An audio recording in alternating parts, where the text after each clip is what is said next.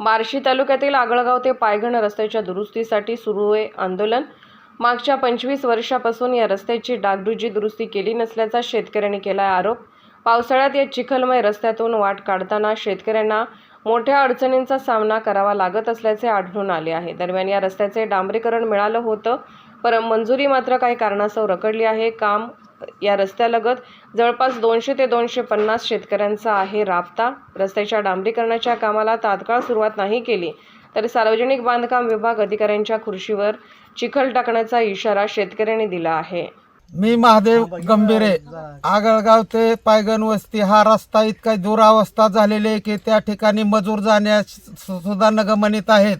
माझा गट नंबर 269 यामध्ये मी आता उडीद काढायला आलेला आहे। त्या ठिकाणी मजूर जाण्यासाठी वाट नाही, त्यामुळं हा मंजूर झालेला रस्ता त्याकडे आमदार साहेबांनी लक्ष द्यावे आणि रस्ता लवकरात लवकर मार्गी लावावा, नाहीतर याच्यापेक्षा तीव्र आंदोलन केलं जाईल।